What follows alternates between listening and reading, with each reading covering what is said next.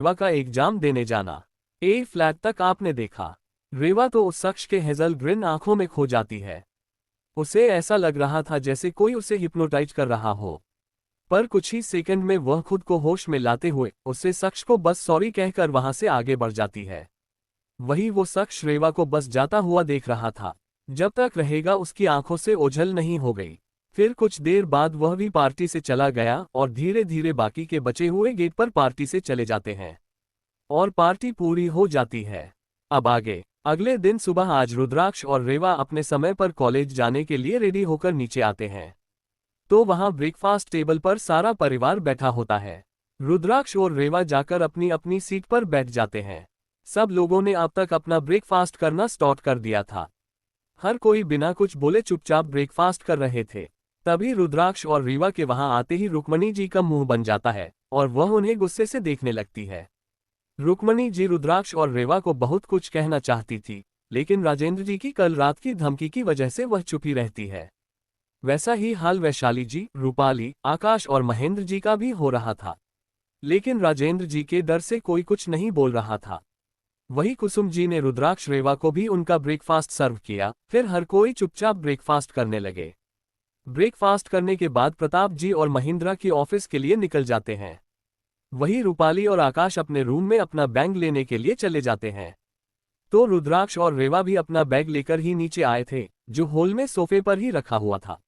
वो दोनों उसे लेकर बाहर जाने ही वाले होते हैं कि तभी कुसुम जी पीछे से उन्हें रोकते हैं और कहती है, रुद्राक्ष, रेवा, तुम लोग थोड़ी देर के लिए रुको, मैं अभी आता हूं।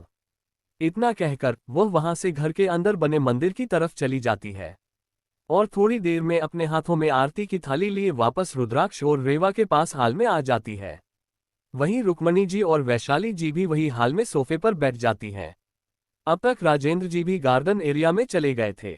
हाल में आकर कुसुम जी सबसे पहले रुद्राक्ष और रेवा के तिलक लगाकर उनके ऊपर चावल डालती है और बाद में उनकी आरती उतारती है।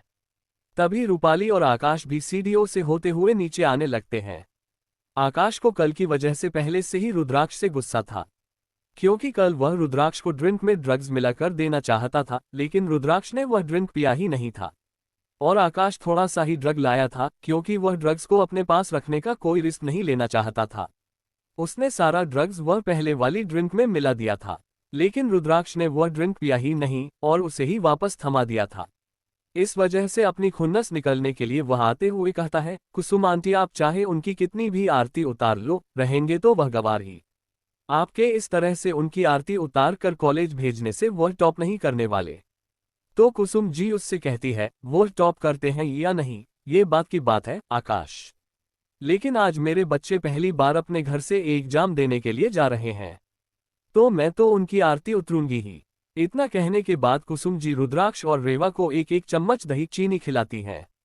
फिर रुद्राक्ष रेवा कुसुम जी का आशीर्वाद लेते हैं और बाकी सबको इग्नोर कर वहां से चले जाते हैं, जैसे वह सब इस दुनिया में मौजूद ही ना हो। तभी कुसुम जी पीछे पलटकर वैशाली जी से कहती है, दीदी, आज आकाश और रूपाली की भी एग्जाम है, क्या आप उनकी आरती नहीं उतरेंगे? तो रुक्मणी जी गुस्से में कुसुम जी की तरफ देखकर कहती है, मेरे बच्चे तुम्हारे उन गंवार बच्चों की तरह नहीं है जिन्हें एग्जाम में पास करने के लिए भी आरती और भगवान की सहायता लेनी पड़े। वो हर एग्जाम में टॉप करते हैं, उन्हें इन सब चीजों की जरूरत नहीं है। उद्धरण चिन्ह। तो कुछ समझी उनकी बात का जवाब देते हुए कहती है, माँ, आप उन दोनों को गंवार कहना बंद कर दीजिए, क्योंकि आप शायद भूल रही है कि रुद्राक्ष की खुद की अपनी गेमिंग कंपनी है, जो कि इंडिया में नंबर 1 पर है। वही रीवा का तो अपना खुद का फैशन ब्रांड है, जो इंडिया में टॉप 10 में आता है और पूरे वर्ल्ड में टॉप 20 पर। उद्धरण चिन्ह। तो रुक्मणी जी कुसुम जी की बात से थोड़ा चिढ़ जाती है। वही वैशाली जी भी अपना मुंह सिकोड़ लेती है और कहती है, कुसुम, क्या तुम मेरे बच्चों को नीचा दिखाने की कोशिश कर रही हो? अगर उन लोगों ने अपना अपना बिजनेस खड़ा कर दिया है तो यह कोई बड़ी बात नहीं है। अगर मेरे बच्चे चाहे तो वह उससे भी बड़ी कंपनी रातों रात खड़ी कर सकते हैं। उद्धरण चिन्ह। वैशाली जी की बातों को सुनकर कुसुम जी समझ जाती है कि वैशाली जी को रुद्राक्ष और रेवा की कामयाबी पसंद नहीं है, लेकिन वह वैशाली जी से आगे बहस नहीं करती और कहती है, ठीक है दीदी, जैसी आपकी मर्जी। इतना क्या, कुसुम जी आरती की थाली लेकर मंदिर की तरफ चली जाती है। रुक्मणी जी, वैशाली जी, आकाश और रूपाली चारों कुसुम जी को गुस्से में देख रहे थे। उनके जाने के बाद रूपाली अपने चेहरे पर झूठी मुस्कान लाकर के रुक्मणी जी के पास आती है और उनके पैर छूती है और कहती है, दादी माँ आशीर्वाद दीक्षित दीजिए ताकि मैं इस बार भी पूरे कॉलेज में टॉप कर सकूं। उद्धरण चिन्ह। तो वही उसकी बात सुन रुक्मणी जी उसके हाथ सर पर प्यार से हाथ फिरते हुए कहती है, अरे मेरी राजकुमारी, तुम्हें टॉप करने के लिए मेरे आशीर्वाद की क्या जरूरत है। इसके लिए तो तुम्हारी मेहनत ही काफी है। तुम बिल्कुल भी चिंता मत करो, हमेशा की तरह इस बार भी तुम ही पूरे कॉलेज में टॉप करेगी। इतना कहकर वो रूपाली को अपने गले से लगा लेती है। तो रूपाली भी उनसे गले मिलती है। फिर वह वैशाली जी की तरफ जाती है। वैशाली जी भी उसे ऑल द बेस्ट कहती हैं और गले लगा लेती है। फिर आकाश भी रुक्मणी जी के पास आता है और उनके पैर छूता है। तो रुक्मणी जी उसे भी कॉलेज में फिर से टॉप आने के लिए आशीर्वाद देती है। और फिर आकाश वैशाली जी के पास जाता है तो वैशाली जी उसे भी ऑल द बेस्ट कहकर गले लगा लेती है। उसके बाद रूपाली और आकाश भी कॉलेज के लिए निकल जाते हैं। वहीं दूसरी तरफ रुद्राक्ष और रेवा पहले ही कॉलेज पहुंच जाते हैं। रावत फैमिली का ड्राइवर उन्हें कॉलेज के गेट पर उतरकर वहां से गाड़ी लेकर चला जाता है। वो दोनों चलते हुए कॉलेज में इंटर होते हैं। रुद्राक्ष और रेवा के कॉलेज में इंटर होते ही सभी स्टूडेंट उन्हीं को देख रहे थे और यह बात रेवा और रुद्राक्ष भी अच्छे से नोटिस कर रहे होते हैं, पर वह दोनों सबको इग्नोर कर अपने क्लास की तरफ जाने लगते हैं। चैप्टर 80। रुद्राक्ष और रेवा पहुंचे एग्जाम देने के लिए। इस कॉलेज में ज्यादातर अमीर परिवारों के ही बच्चे पढ़ते थे और उनके पेरेंट्स को भी कल रावत परिवार की पार्टी में लिए इनवाइट किया गया था। तो कई बच्चों को इस बारे में पता चल गया था कि रुद्राक्ष स्वास्तिक गेमिंग कंपनी का ओनर है, वही रेवा भी कृष्ण कला की ओनर है। इसीलिए कुछ स्टूडेंट्स उन्हें एडमिरेशन से देख रहे थे, तो कुछ जलन भरी नजरों से उन्हें देख रहे थे, तो कुछ लोग बहुत ही आश्चर्य से उन्हें देख रहे थे। क्योंकि रुद्राक्ष और रेवा के कॉलेज ज्वाइन करने से पहले ही सबको यह अफवाह सुनने को मिली थी कि रुद्राक्ष और रेवा दोनों जंगल के किसी आश्रम से आए हैं और इन दोनों को पढ़ना लिखना भी ठीक से नहीं आता और इन्हें यहाँ एडमिशन भी रावत फैमिली की वजह से ही मिला है।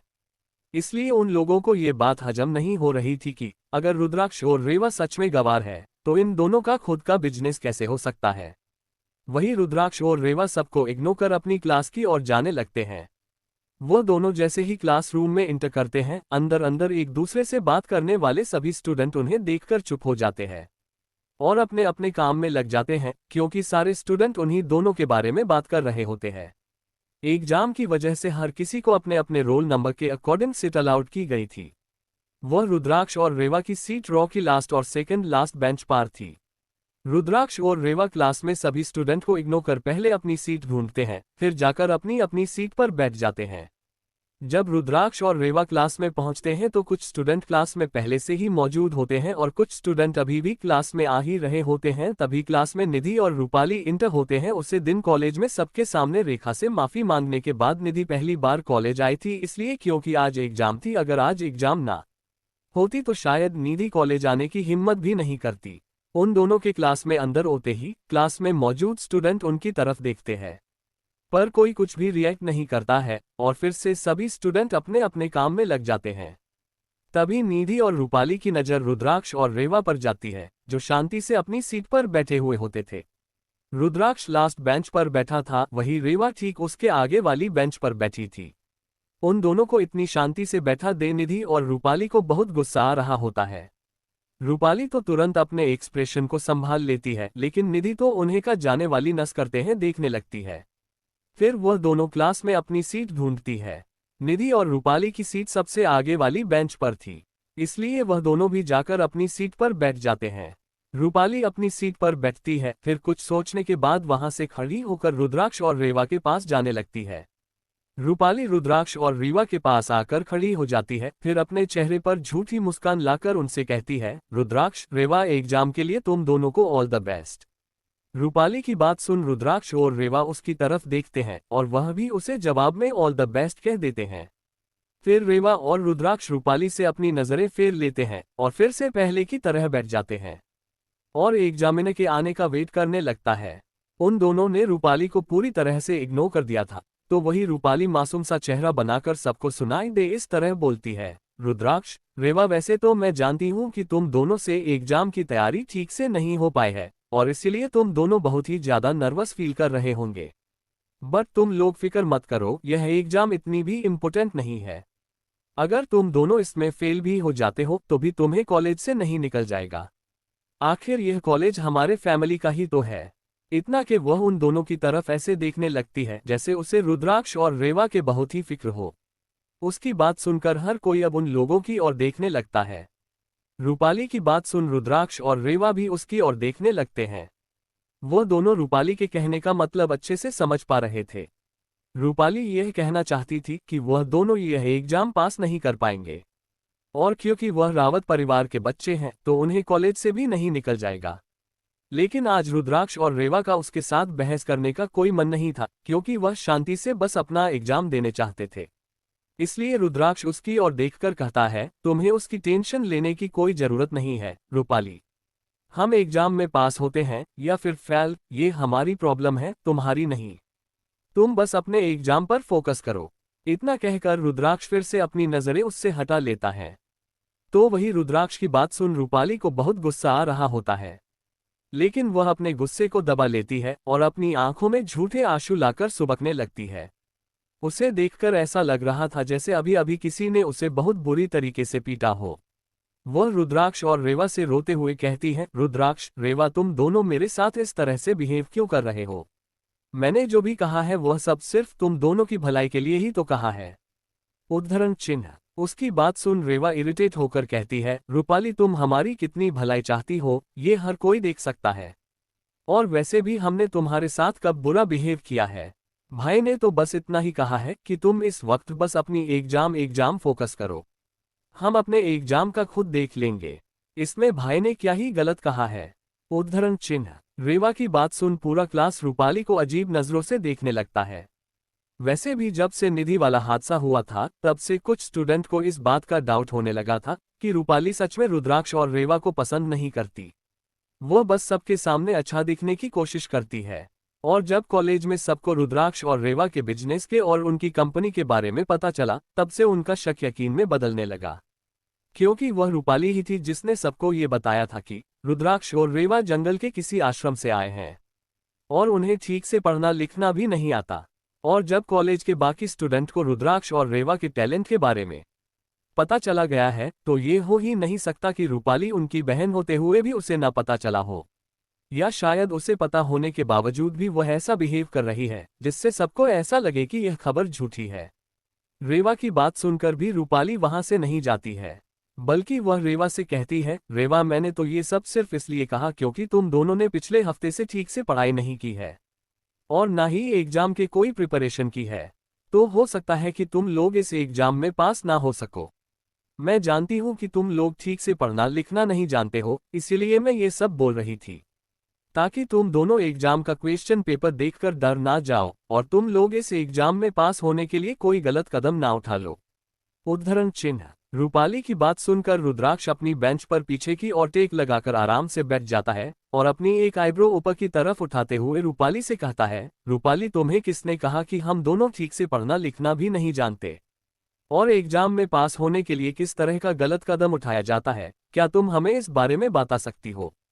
क्योंकि हमने आज तक ऐसा ना ही तो कुछ किया है और ना ही कुछ देखा है। वह क्या है ना, आज तक हमने जितनी भी एग्जाम दी है वह सारी आश्रम के स्कूल में ही दी है।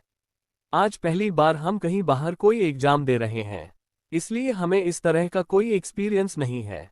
उद्धरण चिन्ह। वैसे तो रूपाली अपनी बातों के जरिए पूरे क्लास को साफ साफ ये कहना चाहती थी कि रुद्राक्ष और रेवा एग्जाम को पास करने के लिए चीटिंग करने वाले हैं, लेकिन रुद्राक्ष की बात सुन रूपाली से कुछ कहने को ही नहीं बन रहा था।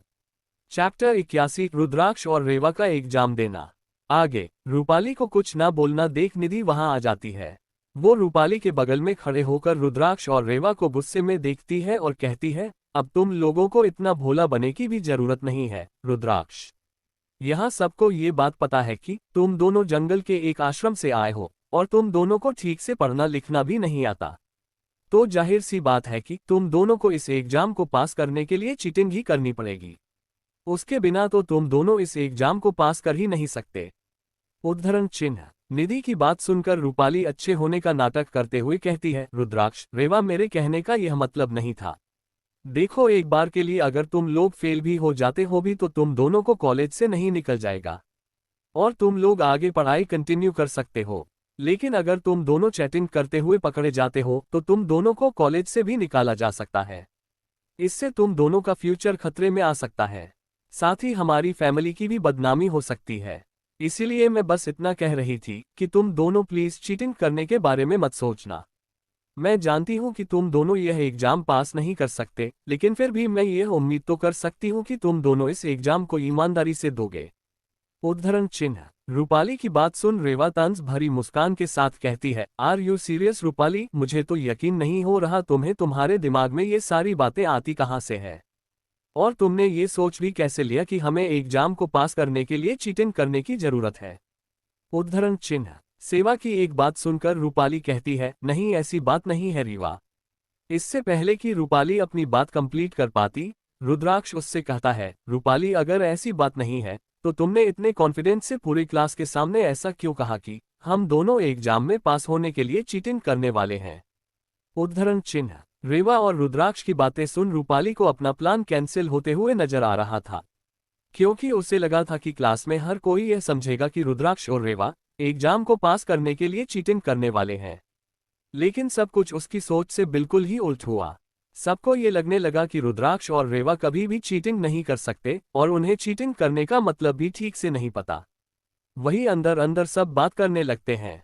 तभी एक लड़की ने कहा, ये रूपाली कहना क्या चाहती है कि जो खुद की कंपनी खड़ी कर सकते हैं, वह भी बिना किसी सपोर्ट के, वह एक छोटी सी मंथली एग्जाम को पास करने के लिए चीटिंग जैसा कुछ करेंगे तो। उद्धरण चिन्ह। वही उस लड़की की बात सुन दूसरी लड़की कहती है, तो क्या ये बात सच है कि रुद्राक्ष और रेवा की खुद के अपने अपने बिजनेस है। तो पहले वाली लड़की कहती है, हाँ कल रावत फैमिली की पार्टी में मेरी फैमिली को भी इनवाइट किया गया था। मैं भी अपनी फैमिली के साथ वहां गई थी। वही मिस्टर आलोक ने सबको ये बताया था कि रेवा कृष्ण कला फैशन ग्रुप की फाउंडर है और उसके साथ ही कृष्णा कला की हेड डिजाइनर भी।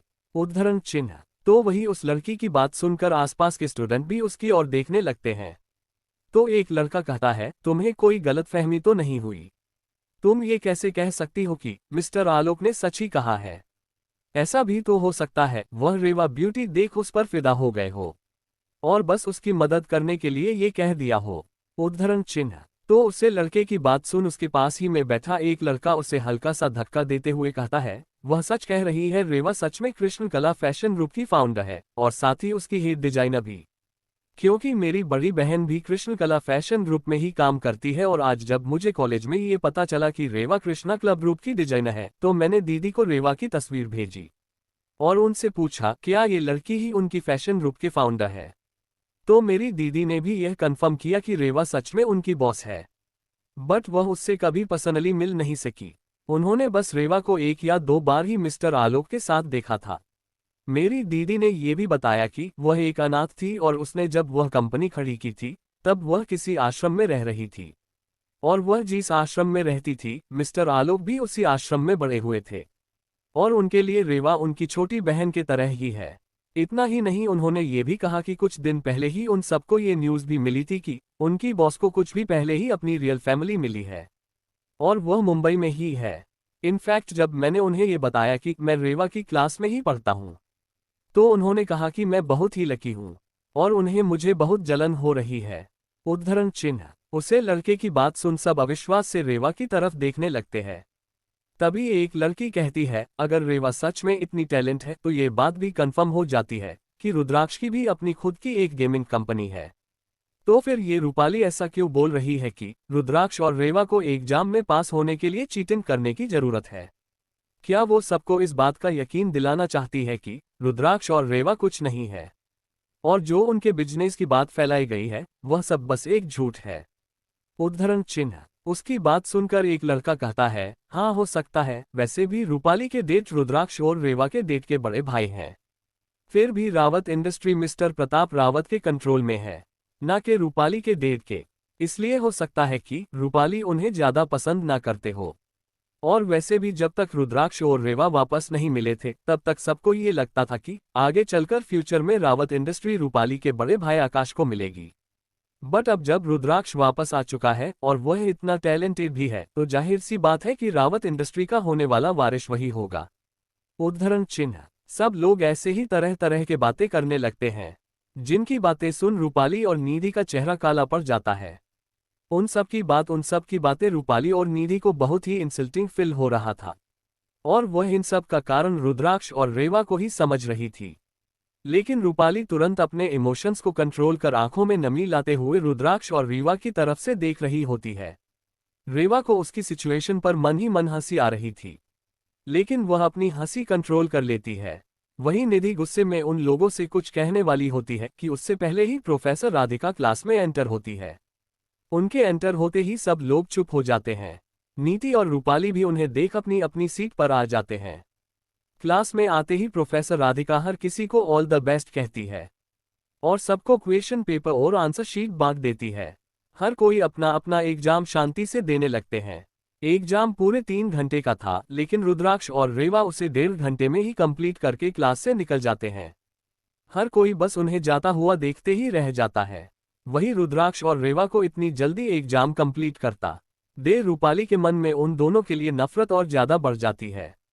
1 घंटे के बाद रूपाली भी अपना एग्जाम कंप्लीट कर क्लास से निकल जाती है। देखते ही देखते हैं सारे पेपर कंप्लीट हो जाते हैं और अब बस एक लास्ट पेपर ही बचा हुआ था।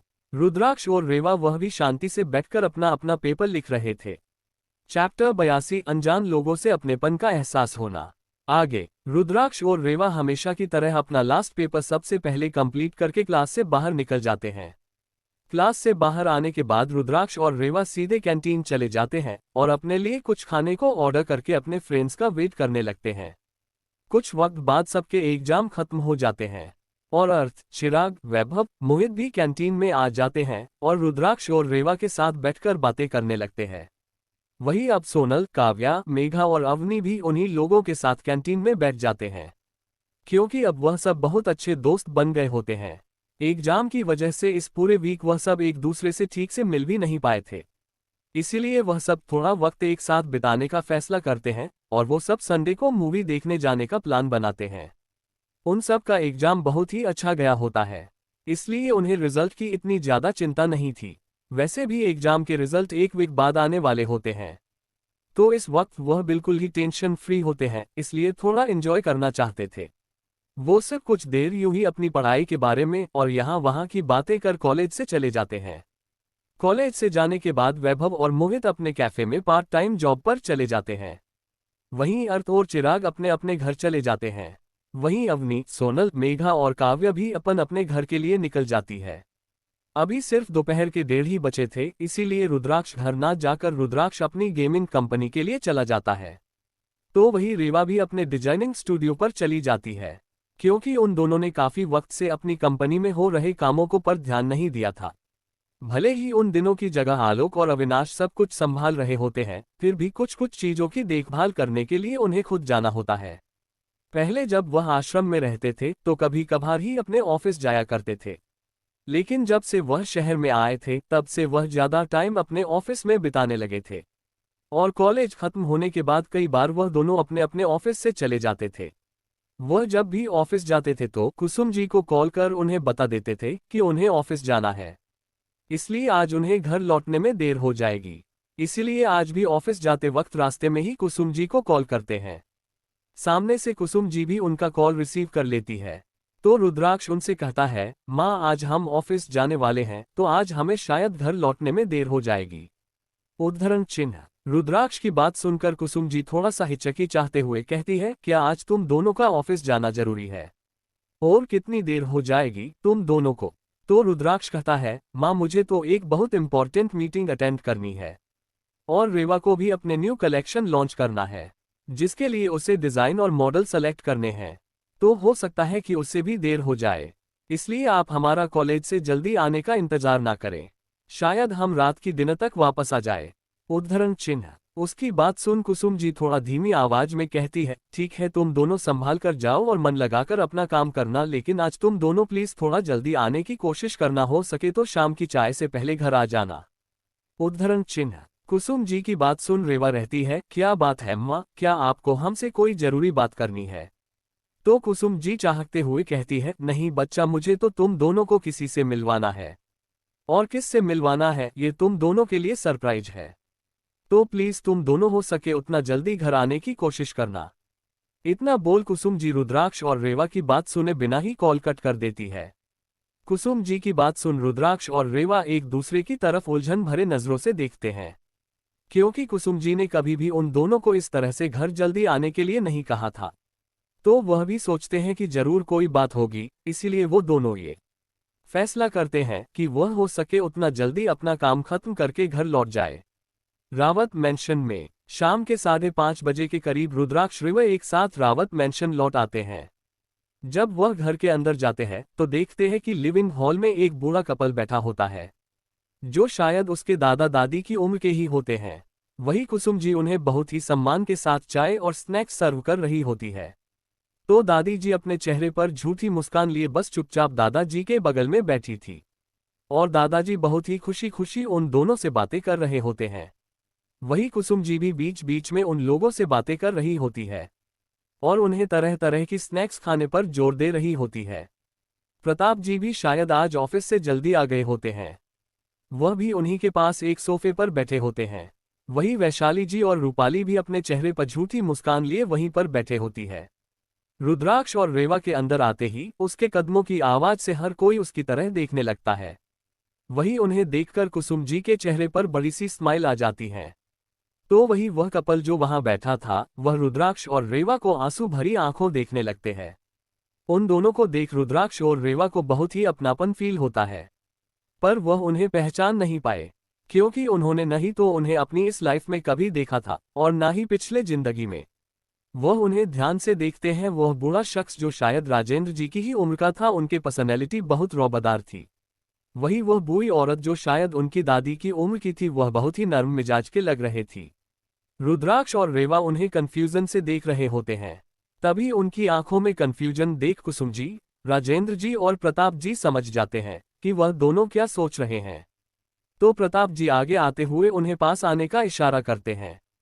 रुद्राक्ष और रेवा भी उनका इशारा समझ उनके पास आ जाते हैं। चैप्टर 83 अपने नाना जी और नानी माँ से मिलना। आगे रुद्राक्ष रेखा के पास आते ही वह दोनों मेहमान रुद्राक्ष और रेवा को एक तक देखने लगते हैं। वही रेवा और रुद्राक्ष प्रताप जी के कहने पर उन दोनों के सामने जाकर खड़े हो जाते हैं। रेवा के वहां आते ही वह बूढ़ी औरत 2 कदम आगे जाकर रेवा के चेहरे को अपने दोनों हाथों में भर लेती है और बस एक तक रेवा को ही देख रही होती है। उसके आंखों से आंसू झरने की तरह बह रहे होते हैं। उन्हें यूं रोता हुआ देख रेवा और रुद्राक्ष को बिल्कुल भी अच्छा नहीं लगता। पता नहीं क्यों, लेकिन उन दोनों को उनसे ही अपनेपन का एहसास हो रहा होता है। अनायास ही रेवा के हाथ उठाते हैं और उसे औरत के झुर्रियों वाले गालों से उनके आंसू पूछते हैं। उन्हें इस तरह देख रेवा उनसे कहती है, प्लीज आप इस तरह से रो मत, आप रोते हुए बिल्कुल भी अच्छी नहीं लग रही। उद्धरण चिन्ह। रेवा की बात सुनकर उस बूढ़ी औरत के चेहरे पर हल्की सी मुस्कान आ जाती है और वो बूढ़ी औरत अपने आंसू पोंछकर रेवा से कहती है, हम रो थोड़ी रहे थे मेरी बच्ची, वो तो हमारी आंखों में कचरा चला गया था, इसलिए उसने पानी आ गया। उसकी बात सुनकर रुद्राक्ष कहता है, झूठ बोलना अच्छी बात नहीं होती है। उद्धरण चिन्ह। रुद्राक्ष की बात सुन पीछे खड़ा बूढ़ा आदमी कहता है, अरे बच्चों ये तो ऐसी ही है, ये कभी भी अपनी गलती नहीं मानेगी। उद्धरण चिन्ह। उनकी आवाज से सबका ध्यान उनकी तरफ जाता है। रुद्राक्ष और रेवा अभी भी उन दोनों को कंफ्यूजन से देख रहे होते हैं। तभी राजेंद्र जी रुद्राक्ष और रेवा को उससे बूढ़े आदमी और औरत की तरफ इशारा करके कहते हैं, रुद्राक्ष, रेवा मिस्टर यशराज श्रीवास्तव है और वह मिसेज सरोज श्रीवास्तव है। ये दोनों आपकी माँ महिमा के माता पिता है और आपके नाना जी और नानी माँ है। राजेंद्र जी की बात सुनकर रुद्राक्ष और रेवा अपने नाना और नानी की तरफ देखकर एक साथ उनके मुंह से निकलता है, नाना जी और नानी माँ। रुद्राक्ष और रेवा को याद आता है कि पिछले जन्म में भी उनके नाना जी और नानी माँ उनसे मिलने आए थे, लेकिन रूपाली और वैशाली जी की बातों में आकर उन्होंने अपने नाना जी और नानी माँ से मिलने से ही इनकार कर दिया था और यह कहा था कि वह दोनों उनसे बिल्कुल भी मिलना नहीं चाहते, क्योंकि रूपाली ने उन्हें ये कहा था कि वह कुसुम जी के पेरेंट्स है। रुद्राक्ष और रेवा पिछले जन्म में यह बात नहीं पता चली थी कि कुसुम जी अनाथ है, क्योंकि उन्हें ये बात किसी ने बताई ही नहीं थी। उन्हें इस बार पर यह सब इसलिए पता चला क्योंकि उन्होंने रुक्मणी जी को और वैशाली जी को कुसुम जी को अनाथ होने का ताना मारते हुए सुन लिया था, वरना शायद इस बार भी उन्हें पता नहीं चलता।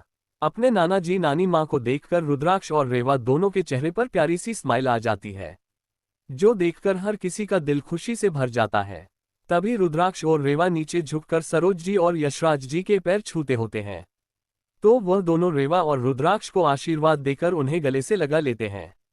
सरोज जी उन्हें देखकर कहती है, कितने बड़े हो गए हो तुम दोनों, काश हम तुम दोनों का बचपन अपनी आंखों से देख पाते, पर अब हम तुम दोनों से मिलकर बहुत खुश है। भगवान ने हमारे इतने सालों की प्रार्थना आखिरकार सुन ही ली।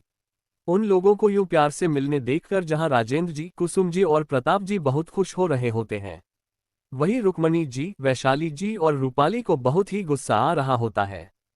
तभी रुक्मणी जी सबका ध्यान अपनी तरफ खींचते हुए अपने चेहरे पर नकली मुस्कान लाकर कहती है, अरे यशराज भाई साहब, सरोज बहन जी, अब क्या आप लोग अपने नती और नातिन से खड़े खड़े ही सारी बातें कर लेंगे या बैठेंगे भी? उद्धरण चिन्ह। तो उनकी बात सुन हर किसी का ध्यान टूट जाता है और वह लोग वहीं सोफे पर बैठ जाते हैं।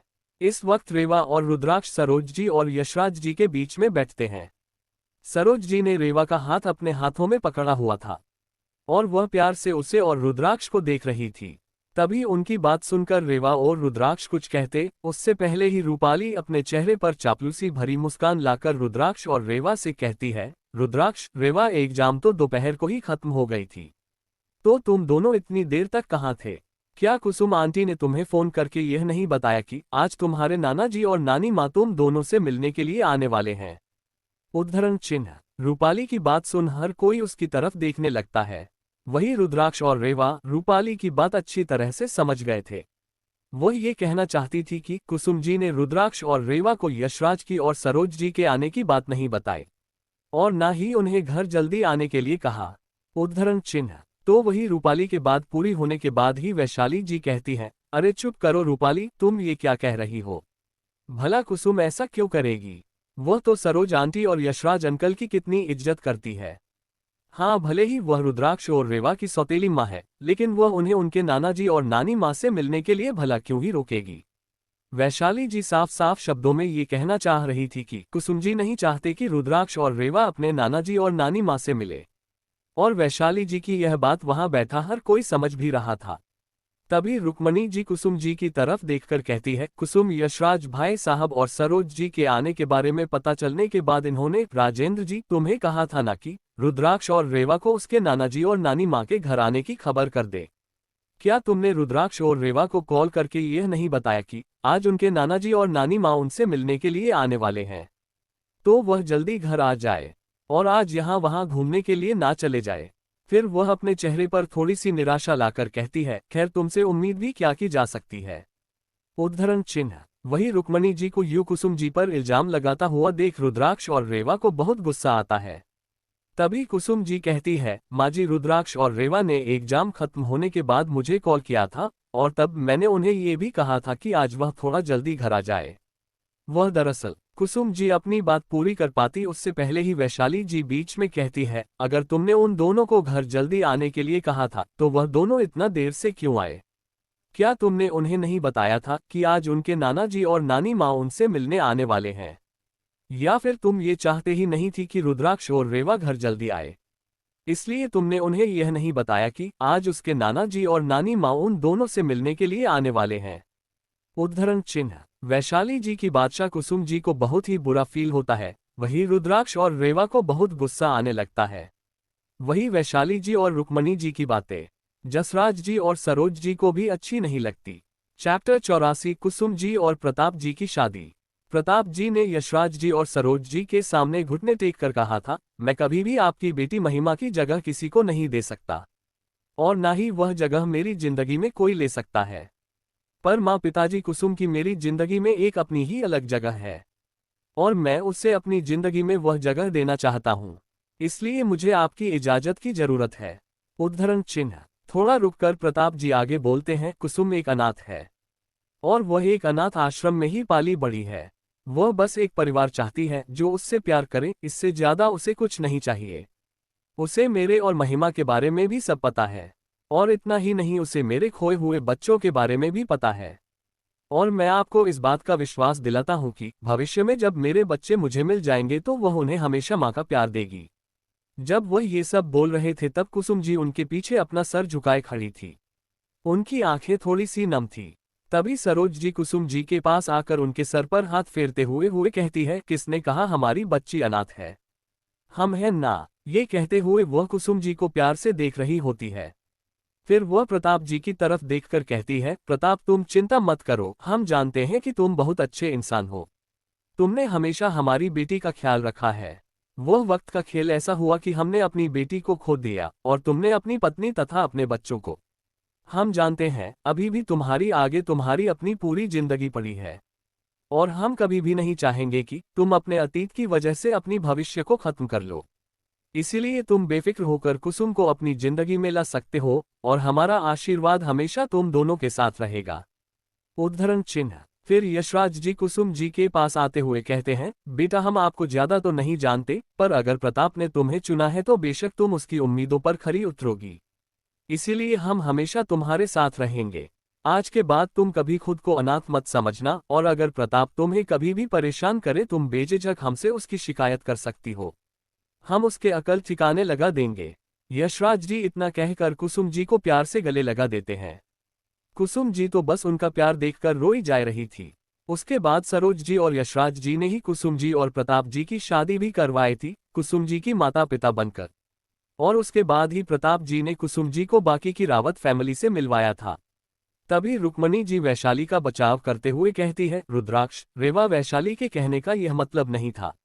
वो तो बस ये कहना चाहती थी कि अगर कुसुम तुम्हें पहले बता देती कि तुम्हारे नाना जी और नानी माँ आने वाले हैं तो हो सकता है तुम जल्दी घर वापस आ जाते। उद्धरण चिन्ह। Flashback and. इसीलिए वैशाली जी और रुक्मणी जी की बातें सुन सरोज जी और यशराज जी को भी अच्छा नहीं लगता। इससे पहले कि कोई कुछ बोलना रुद्राक्ष वैशाली जी की तरफ एकटक देखकर अपनी कोल्ड वॉइस में कहता है, वैशाली आंटी आप माँ को बिना वजह क्यों सुन रही है?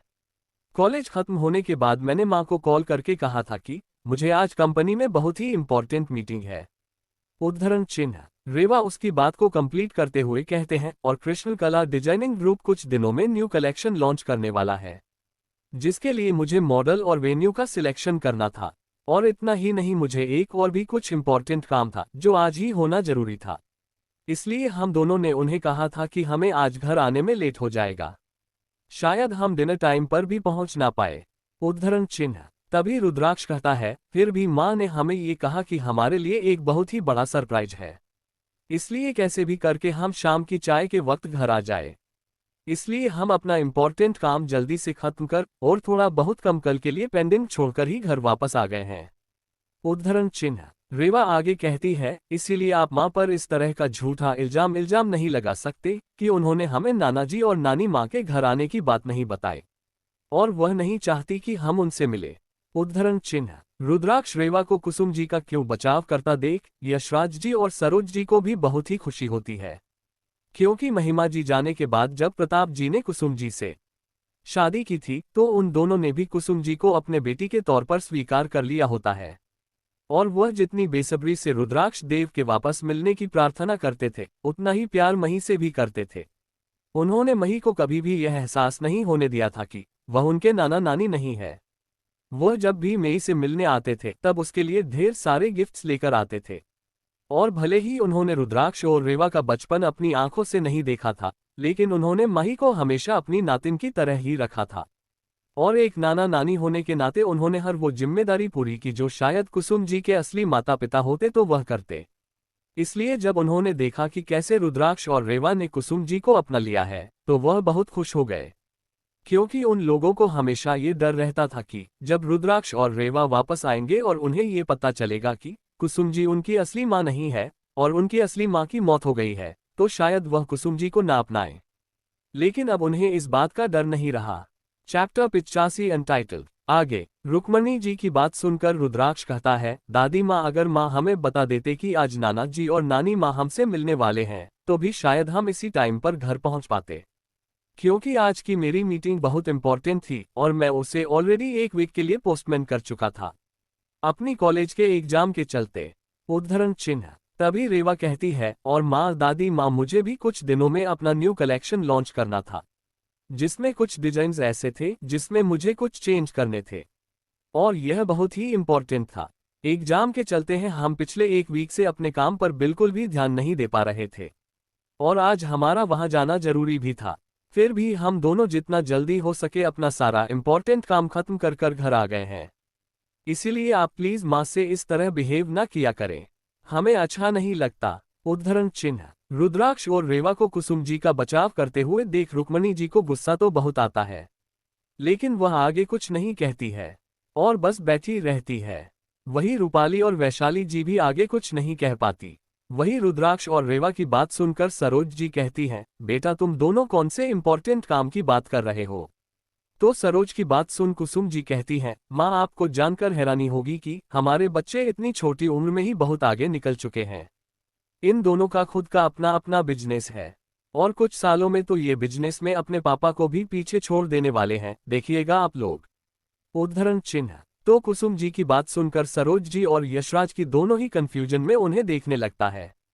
उनके कंफ्यूजन को देख प्रताप जी कहते हैं, माँ पिताजी, रुद्राक्ष की अपनी गेमिंग कंपनी है, अपने शायद उसका नाम सुना भी होगा, स्वास्तिक, जो इंडिया में नंबर 1 गेमिंग कंपनी है। वही रेवा कृष्ण कला फैशन ग्रुप की प्रेसिडेंट है, साथ ही उसकी बेस्ट डिजाइनर भी। कृष्ण कला फैशन ग्रुप पूरे इंडिया में टॉप 10 फैशन डिजाइनिंग कंपनी में से एक है। उद्धरण चिन्ह। प्रताप जी की बात सुन यशराज जी और सरोज जी की आंखों में रुद्राक्ष और रेवा के लिए गर्व दिखाई देने लगता है। सरोज जी इन दोनों की तरफ देखकर कहती है, हमने तो सोचा भी नहीं था कि ये दोनों इतने काबिल होंगे।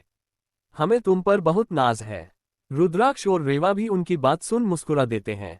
वही रुद्राक्ष और रेवा की तारीफ सुनकर रूपाली और वैशाली जी को बहुत गुस्सा आ रहा होता है। रूपाली अपने चेहरे पर और ज्यादा देर तक नकली हंसी नहीं रख पा रही थी, तो वहां से उठकर अपने कमरे में चली जाती है। वहीं कुछ देर तक बात करने के बाद कुसुम जी कहती है, रुद्राक्ष रेवा तुम दोनों अपने कमरे में जाकर आराम कर लो। फिर वही यशराज जी और सरोज जी की तरफ देखकर कहती है, माँ पापा आप लोग भी लंबे सफर से आए हो, तो प्लीज आप लोग भी थोड़ी देर के लिए आराम कर लीजिए। मैंने आप दोनों के लिए पहले से ही एक कमरा तैयार करवा लिया है। उनकी बात सुन सब हमें अपना सर हिला देते हैं और सब अपने अपने कमरे की तरफ जाने लगते हैं। रुद्राक्ष और रेवा को अपने कमरे में जाते हुए देख सरोज जी उन दोनों को रोक कर कहती है, बच्चों हम तुम दोनों के लिए बहुत सारे गिफ्ट्स लेकर आए हैं और वह तुम्हारे कमरों में पहले से ही पहुंचा दिए गए हैं, तो आराम करने के बाद तुम उन्हें एक बार देख जरूर लेना और अगर तुम्हें वह पसंद ना आए तो हमें बता देना, हम तुम्हारी पसंद के और गिफ्ट्स ले आएंगे। उद्धरण चिन्ह। वह ये कह ही रही होती है कि उससे पहले उनकी सिर्फ आधी बात सुनकर ही रेवा तो दौड़कर अपने कमरे की तरफ चली जाती है। उसने बस इतना ही सुना था कि उन दोनों के गिफ्ट्स उनके कमरों में रखे हुए हैं। वहीं उसे इस तरह से भागते हुए जाते देखकर कुसुम जी और प्रताप जी हंसते हुए ना में अपना सर हिला देते हैं। तभी रुद्राक्ष कहता है, माफ करना दादी माँ, रेवा बस ऐसे ही है। गिफ्ट्स के नाम सुनते ही वह खुश हो जाती है और आप चिंता मत कीजिए, आप दोनों हमारे लिए जो भी लाए होंगे हमें वह हमेशा पसंद ही आएगा। इतना कहकर रुद्राक्ष भी अपने कमरे की तरफ चला जाता है। बाकी सभी अपने अपने कमरे की तरफ चले जाते हैं। वहीं कुसुम जी रात के डिनर की तैयारी करने के लिए किचन में चली जाती है। आज कुसुम जी ने बहुत ही खास डिनर प्रिपेयर किया था, क्योंकि आज यशराज की और सरोज जी रावत मेंशन आए हुए थे और आज रुद्राक्ष और रेवा के भी एग्जाम खत्म हो चुके थे। इस पूरे वीक एग्जाम के चलते उन दोनों ने ठीक से कुछ खाया पिया भी नहीं था, इसलिए कुसुम जी ने आज उन दोनों के बहुत सारे फेवरेट डिशेज बनाई थी। इतने वक्त में उन्होंने रुद्राक्ष सेवा की पसंद और नापसंद की सभी चीजों का अंदाजा लगा लिया था। कुसुम जी अभी भी किचन में डिनर की तैयारी कर रही होती है, तभी सरोज थी उनके पास आती है। सरोज जी को वहां आया हुआ देख कुसुम जी कहती है, अरे माँ आप यहाँ क्या कर रही है? आप इतने लंबे सफर से आए हैं, आप थक गई होंगी, आप थोड़ी देर के लिए आराम क्यों नहीं करते? मैं ये सब कुछ संभाल लूंगी। उद्धरण चिन्ह। कुसुम जी बात सुन सरोज जी कहती हैं, अरे बेटा मैं जानती हूँ कि तुम सब कुछ संभाल लोगी, पर मैं तो अपनी बेटी से अकेले में थोड़ी सी गपशप करने के लिए यहाँ आई हूँ। तो सरोज जी की बात सुनकर कुसुम जी मुस्कुरा देती है। सरोज जी कुसुम जी से पूछता है, वैसे बेटा क्या स्पेशल बना रही हो तुम आज हमारे लिए? उद्धरण चिन्ह। कुसुम जी मुस्कुराते हुए कहती हैं, आज तो बहुत ही खास डिनर बनाया है। मैंने आपकी और पापा की भी फेवरेट चीज बनाई है, साथ ही रुद्राक्ष, रेवा, मही, रूपाली और आकाश के भी फेवरेट डिशेज बनाई है। इन दिनों एग्जाम के चलते बच्चों ने ठीक से खाया पिया भी नहीं है और आज उनके एग्जाम भी खत्म हो गई है, तो मैंने इसलिए आज सभी बच्चों के फेवरेट डिशेज भी बनाई है। उद्धरण चिन्ह। सरोज जी और कुसुम जी यूं ही थोड़ी बहुत यहाँ वहाँ की बातें करते हैं। तभी सरोज जी कुसुम जी की तरफ देखकर कहती है, कुसुम बेटा, आज मैं तुम्हारे लिए बहुत खुश हूँ। हम हमेशा हमारी महिमा के खोए हुए बच्चों के वापस मिल जाने के लिए भगवान से दुआ मांगा करते थे, पर उसके साथ ही हमें कहीं ना कहीं एक अनकहा डर भी सताता रहता था। उद्धरण चिन्ह। सरोज जी की बात सुन कुसुम जी उन्हें कंफ्यूजन में देखकर कहती है, माँ, आप किस डर की बात कर रही है? आखिर बात क्या है? उद्धरण चिन्ह। चैप्टर 86 सरोज जी का डर। आगे तो सरोज जी कुसुम जी के माथे पर हाथ फेरते हुए कहती है, हमें हमेशा इस बात की फिक्र होती थी कि जब महिमा के खोए हुए बच्चे मिल जाएंगे और उन्हें पता चलेगा कि उनकी असली माँ मर चुकी है और तुम उसकी असली माँ नहीं हो, तो हो सकता है कि वह तुम्हें अपनाने से मना कर दे। लेकिन आज जब रुक्मणी जी और वैशाली के सामने रुद्राक्ष और रेवा ने तुम्हारा पक्ष लिया, तो मेरे मन से वह डर भी हमेशा के लिए चला गया। उद्धरण चिन्ह। सरोज की बात सुनकर कुसुम जी की आंखों में भी आंसू आ जाते हैं। वह सरोज जी को गले लगा लेती है और कहती है, माँ, सच कहूं तो कहीं ना कहीं ये डर मेरे मन में भी था, बस मैं उसे कभी जाहिर नहीं करती थी। क्या होगा जब महिमा दीदी के बच्चे मुझे अपने से मना कर देंगे, तो मैं कैसे उनका सामना करूंगी? लेकिन आपको पता है माँ, जब रुद्राक्ष और रेवा ने पहली बार घर में कदम रखा था, तो उन्होंने सबसे पहले मेरे पैर छूकर मेरा आशीर्वाद लेकर मुझे माँ कहकर पुकारा था। उसी वक्त से मेरे मन से ये डर निकाल गया कि रुद्राक्ष और रेवा मुझे नहीं अपनाएंगे। इसके बाद भी मेरे मन में थोड़ी सी कसक रह गई थी, क्योंकि हर कोई मुझे उनकी सौतेली माँ कहा करता था, और इसलिए मुझे ये डर रहने लगा कि शायद भविष्य में रुद्राक्ष और रेवा मुझे नापसंद करने लगे।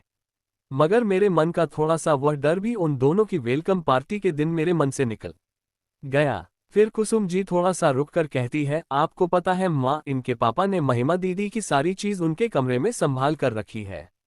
और कुछ दिन पहले जब रुद्राक्ष और रेवा की वेलकम पार्टी रखी गई थी, उसे दिन रेवा ने खुद मुझे महिमा दीदी की वह साड़ी पहनने के लिए दी थी, जो महिमा दीदी ने रुद्राक्ष और रेवा के वक्त गोद भराई में पहनी थी।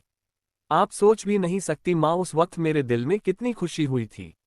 मुझे ऐसा लगा जैसे तब रुद्राक्ष और रेवा ने हमें पूरी तरह से अपना लिया है, और अब मुझे मेरे मन में किसी भी बात का डर नहीं है। चाहे पूरी दुनिया कितना ही कहते हैं कि मैं रुद्राक्ष और रेवा की सगी माँ नहीं हूँ और मैंने उन्हें जन्म नहीं दिया, लेकिन मेरे लिए और रुद्राक्ष रेवा के लिए मैं ही उनकी सगी माँ हूँ और महिमा दीदी उनकी परी माँ है। उद्धरण चिन्ह। ये कहते हुए कुसुम जी रोए जा रही थी, तो सरोज जी उसके आंसू पोंछते हुए कहती है, अरे बेटा, ये तो खुशी की बात है, इसमें रोने की क्या जरूरत है? चलो अब जल्दी से मुस्कुरा दो। तो सरोज जी की बात सुन कुसुम जी भी मुस्कुरा देती है।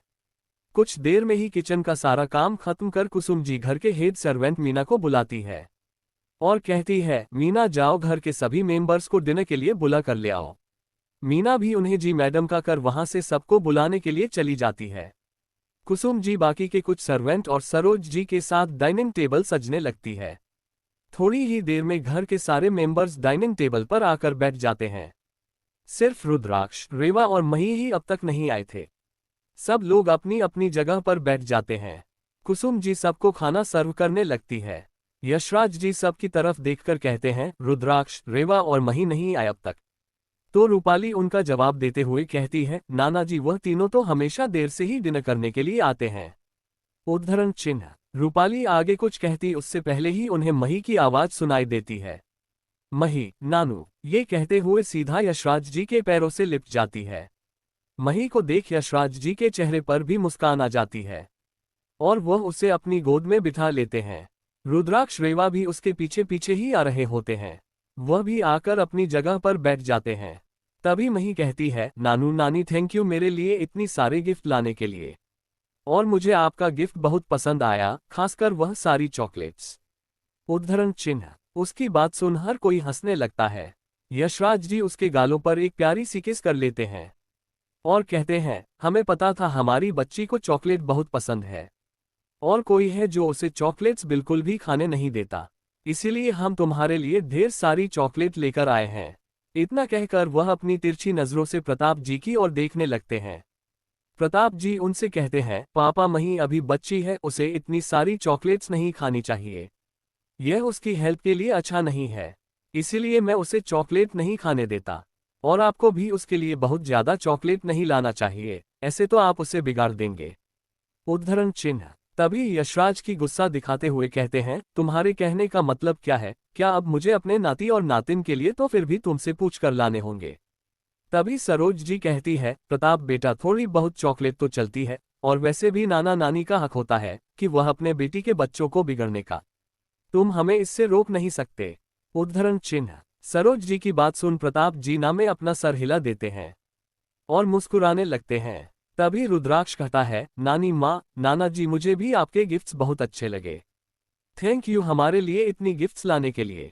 रेवा भी उनकी बात में हमें भरते हुए कहती है, खाना नहीं माँ, और आप जो मेरे लिए ड्रेस लाए हैं ना, उसका कलर बहुत ही सुंदर है और उसकी डिजाइन्स भी बहुत ही सुंदर है। उद्धरण चिन्ह। यशराज जी कहते हैं, रुद्राक्ष बेटा तुम्हें हमें थैंक यू कहने की जरूरत नहीं है। ये सब तो हमारा फर्ज था। हमने आज तक तुम दोनों को कभी कोई गिफ्ट नहीं दिया। ये तुम दोनों के लिए हमारा पहला गिफ्ट था, इसलिए हमसे जो भी बन पड़ा हमने किया। तो सरोज जी कहती है, हाँ बेटा तुम्हारे नाना जी सही कह रहे हैं। उद्धरण चिन्ह। सब लोग ऐसे ही यहाँ वहाँ की बातें करते हुए डिनर कर रहे होते हैं। तभी रुद्राक्ष के फोन में किसी का मैसेज आता है। रुद्राक्ष जब स्क्रीन पर देखता है तो उसे पर अर्थ का नाम शो होता है। रुद्राक्ष फोन ऑन करके मैसेज देखता है तो उसमें अर्थ ने मूवी के टिकट की फोटो भेजी थी और साथ ही उसका टाइम और एड्रेस भी मेंशन किया गया था। रुद्राक्ष ये देख रहा होता है कि तभी अर्थ उसे कॉल करता है। रुद्राक्ष भी उसका कॉल रिसीव कर लेता है। सामने से अर्थ कहता है, रुद्राक्ष मेरा मैसेज पढ़ा ना तुमने? तो रुद्राक्ष कहता है, हाँ मैंने पढ़ा आपका मैसेज। तो अर्थ कहता है तो तुम और रेवा कल टाइम से मूवी थिएटर पर पहुंच जाना, हम लोग भी वहां पहुंच जाएंगे। अर्थ की बात सुनकर रुद्राक्ष कहता है, ओके भाई हम दोनों टाइम से आ जाएंगे। इतना कहकर रुद्राक्ष कॉल कट कर देता है। तभी राजेंद्र जी रुद्राक्ष की तरह सवालिया नजरों से देखकर कहते हैं, रुद्राक्ष तुम किसी से बात कर रहे थे और तुम दोनों कल कहाँ जाने की बात कर रहे हो?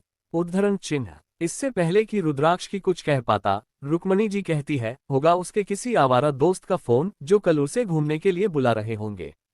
इनका काम ही क्या है, जब से आए हैं घर में तो इन दोनों के पर टिकते ही नहीं, बस बाहर ही घूमते रहते हैं। उद्धरण चिन्ह। चैप्टर 87 रुद्राक्ष और रेवा का मूवी देखने जाने के लिए रुक्मणी जी से परमिशन लेना। आगे रुक्मणी जी की बात सुनकर किसी को भी अच्छा नहीं लगता, लेकिन कोई भी उनसे बहस करके अपना मूड खराब नहीं करना चाहता था। इसलिए रुद्राक्ष कहता है, दादाजी मुझे अर्थ भाई का कॉल आया था। वह आज हमारे एग्जाम कंप्लीट हुई है ना, तो इस खुशी में हम सब कॉलेज के फ्रेंड्स मूवी देखने का प्लान बनाया था। तो अर्थ भाई ने बस उसी की टिकट और एड्रेस के बारे में मैसेज किया था और कॉल कर यह कहा है कि हम दोनों टाइम से वहां पहुंच जाए, वह लोग भी वहां आ जाएंगे। उद्धरण चिन्ह। तो कुसुम जी खुश होते हुए रुद्राक्ष से कहती हैं, ये तो बहुत अच्छी बात है रुद्राक्ष, आखिर पूरे एक वीक से तुम लोग सिर्फ पढ़ाई ही कर रहे हो और यहाँ आने के बाद भी तुम लोगों ने बिल्कुल भी एंजॉय नहीं किया, तो इस बहाने तुम थोड़ा एंजॉय भी कर लोगे। उद्धरण चिन्ह। कुसुम जी की बात सुनकर रुद्राक्ष और रेवा बस मुस्कुरा देते हैं, लेकिन कुछ लोगों को यह अच्छा नहीं लगता। तभी महेंद्र जी कहते हैं, रुद्राक्ष तुमने अर्थ को हाँ कहने से पहले एक बार घर के बड़ों से पूछना जरूरी नहीं समझा कि तुम दोनों कल मूवी के लिए जा सकते हो या नहीं? उद्धरण चिन्ह। तभी वैशाली जी कहते हैं, अरे महेंद्र जी आप क्यों इस बारे में बात कर रहे हैं? जब उनके माता पिता को कोई दिक्कत नहीं है कि उनके बच्चे उन्हें बिना बताए कहीं भी जाए, तो हम क्यों बीच में बोले? उद्धरण चिन्ह। वैशाली जी की बात सुनकर रुक्मणी जी कहती है, क्यों वह बीच में नहीं बोल सकता है? आखिर वह रुद्राक्ष और रेवा के बड़े पापा है, उसे पूरा हक है बीच में बोलने का।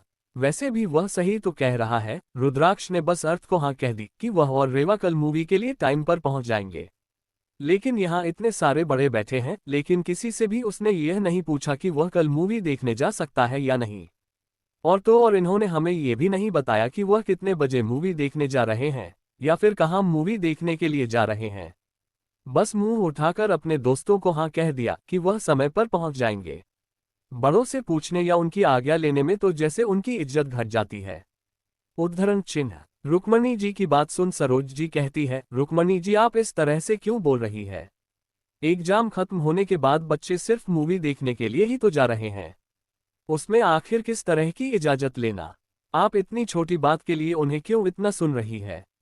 उद्धरण चिन्ह। रुक्मणी जी उनसे से कहती है, सरोज जी यह हमारे परिवार का मामला है, तो आप इसे दूर ही रहे।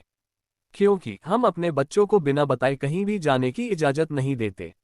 रुक्मणी जी की बात किसी को अच्छे तो नहीं लगती, लेकिन उन्होंने सच ही कहा था। सरोज जी इस मामले में नहीं बोल सकती थी, क्योंकि यह रावत परिवार का मामला था। तभी रेवा कहती है, आप लोग इतनी छोटी बात के लिए क्यों परेशान हो रहे हैं।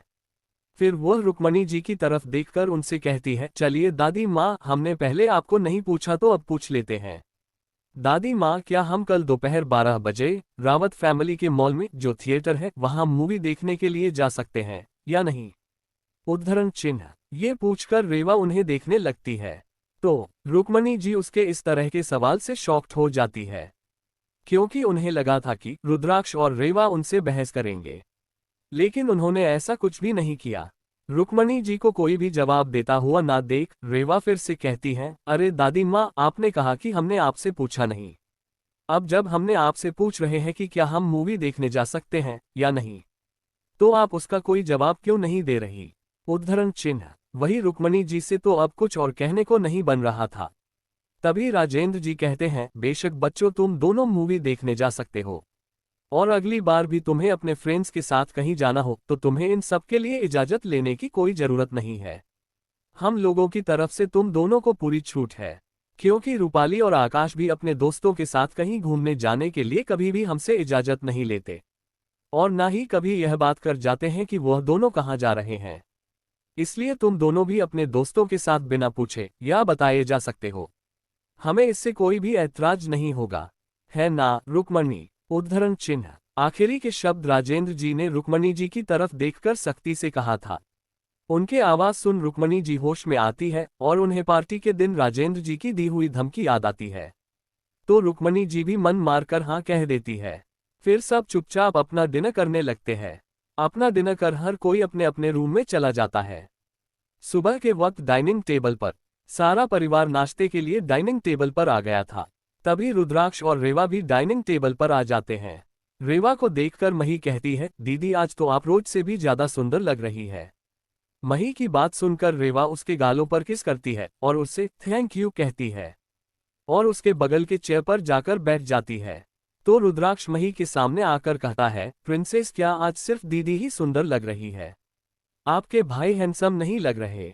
तो मही रुद्राक्ष को ऊपर से नीचे देखते हुए कहती है, वाह भाई, आज तो आप बिल्कुल हीरो की तरह लग रहे हैं। मही के मुंह से अपनी तारीफ सुन रुद्राक्ष बहुत खुश हो जाता है और अपने बालों में स्टाइल से हाथ फेरता है। फिर वह मही के गालों पर किसकर उसके दूसरी साइड की चेयर पर बैठ जाता है। आज रुद्राक्ष ने ब्लैक पेंट पर एक व्हाइट शर्ट पहना होता है, जो अच्छे से इन किया होता है। उसने शर्ट के बाजू को कोहनी तक फोल्ड की थी, और उसने शर्ट के ऊपर के 2 बटन खुले छोड़ रखे थे, जिसमें उसने गर्दन में पहनी हुई गोल्ड की चेन अच्छे से नजर आ रही थी। वही रेवा ने सरोज जी की दी हुई और गंजा सिल्क की व्हाइट कलर की बहुत ही खूबसूरत hand embroidery and mirror work वाली कुर्ती पहन रखी थी।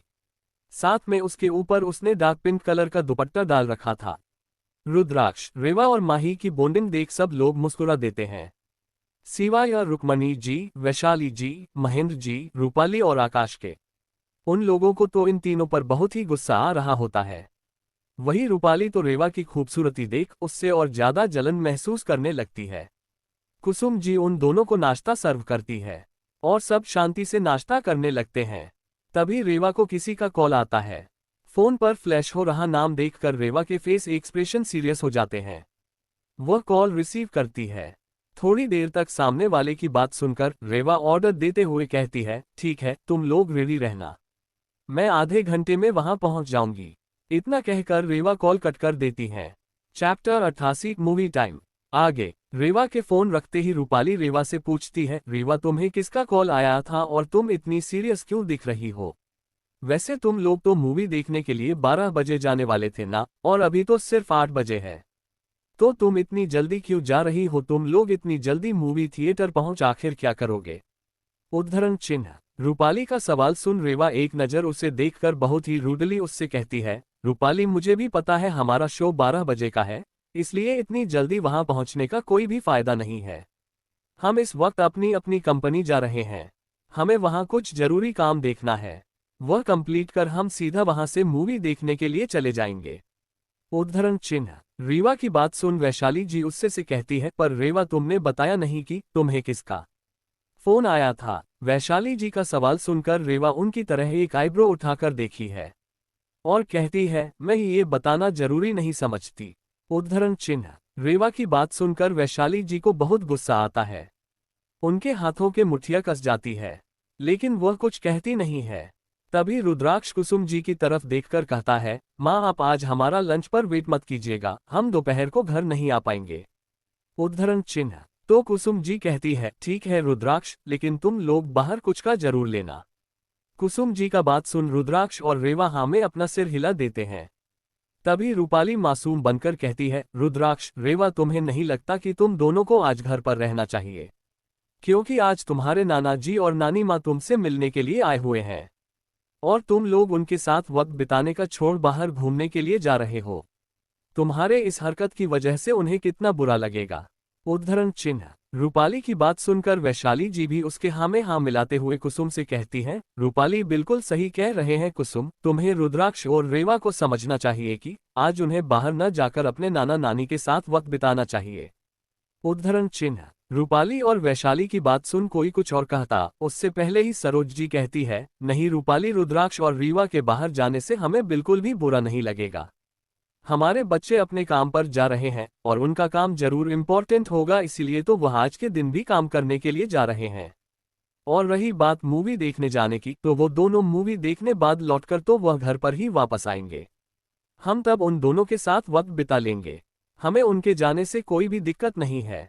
इतना कहकर सरोज जी रुद्राक्ष और रीवा की तरफ एक प्यारी सी स्माइल पास कर देती हैं। सरोज जी की बात सुनकर अब कोई कुछ भी नहीं कहता है। सब चुपचाप अपना अपना नाश्ता करने लगते हैं। नाश्ता करने के बाद प्रताप जी और महेंद्र जी ऑफिस के लिए निकल जाते हैं। वहीं रेवा अपने डिजाइनिंग स्टूडियो की तरफ चली जाती है, तो वही रुद्राक्ष पर अपनी गेमिंग कंपनी के लिए घर से निकाल जाता है। वह सबके जाने के बाद सरोज जी और यशराज की मही को लेकर पास के ही एक पार्क में घूमने के लिए निकल जाते हैं। वहीं कुसुम जी अपने कामों में व्यस्त हो जाती है। रुद्राक्ष अपना काम खत्म कर सीधा रावत फैमिली के मॉल में आ जाता है और मूवी थिएटर के एंट्रेंस की तरफ चला जाता है। रेवा का स्टूडियो भी इसी मॉल में था, इसलिए वह भी सबसे फोन पर कांटेक्ट करके सीधा मूवी थिएटर के एड्रेस पर पहुंच जाती है। रुद्राक्ष और रेवा जब वहां पहुंचते हैं तो वहां पहले से ही सोनल, मेघा, काव्य, अवनी, चिराग, वैभव और मोहित उनका वेट कर रहे होते हैं। अब तक अर्थ वहां नहीं पहुंचा होता है। रुद्राक्ष और रेवा वहां जाकर उन लोगों को हाय करते हैं और तभी रुद्राक्ष कहता है, अर्थ नहीं पहुंचा अब तक। रुद्राक्ष ये बोल ही रहा होता है कि तभी पीछे से अर्थ की आवाज आती है, सॉरी गाइस, ट्रैफिक की वजह से मैं थोड़ा लेट हो गया। अर्थ के आने के बाद सब मूवी देखने के लिए चले जाते हैं। मूवी खत्म होने के बाद सब लोग मॉल में ही एक कैफे में कुछ खाने पीने के लिए चले जाते हैं। इस कैफे में सेल्फ सर्विस का सिस्टम था, इसीलिए रुद्राक्ष, अर्थ, चिराग, वैभव और मोहित लाइन में खड़े हो जाते हैं खाना लेने के लिए। वही रेवा, सोनल, काव्य, मेघा और अवनी आसपास की 2-3 टेबल को आपस में जोड़कर वहां बैठ जाती है। क्योंकि वह टोटल 10 लोग थे, इसलिए वो सब एक छोटे से टेबल पर नहीं बैठ सकते थे। थोड़ी देर में सारे लड़के खाना लेकर वहां पहुंच जाते हैं। उन्होंने सभी लड़कियों का खाना भी ले लिया था। वो सब लोग हंसी मजाक करते हुए अपना खाना एंजॉय कर रहे हैं। आसपास के सभी लोगों की नज़र उन्हें लोगों के ग्रुप पर टिकी हुई थी, क्योंकि उनके हंसी की खिलखिलाहट से पूरे कैफे में गूंज रही थी और वो लोग सबकी नज़रों से बेखबर अपने में ही डूबे हुए थे। तभी चिराग कहता है, यार गाइस चलो ना, आज क्लब चलते हैं। वैसे भी बहुत दिनों से हम गए नहीं हैं और हमारे एग्जाम भी कंप्लीट हो गए हैं और आज हमारे पास टाइम भी है। चिराग की बात सुनकर अर्थ उससे कहता है, हाँ यार चलो चलते हैं। अर्थ की बात सुन रुद्राक्ष और रेवा के साथ अवनी का भी चेहरा लटक जाता है। तभी रुद्राक्ष कहता है, भाई मैं और रेवा क्लब नहीं जा सकते क्योंकि हमें तो वाह एंट्री हाई नहीं माइलेजी।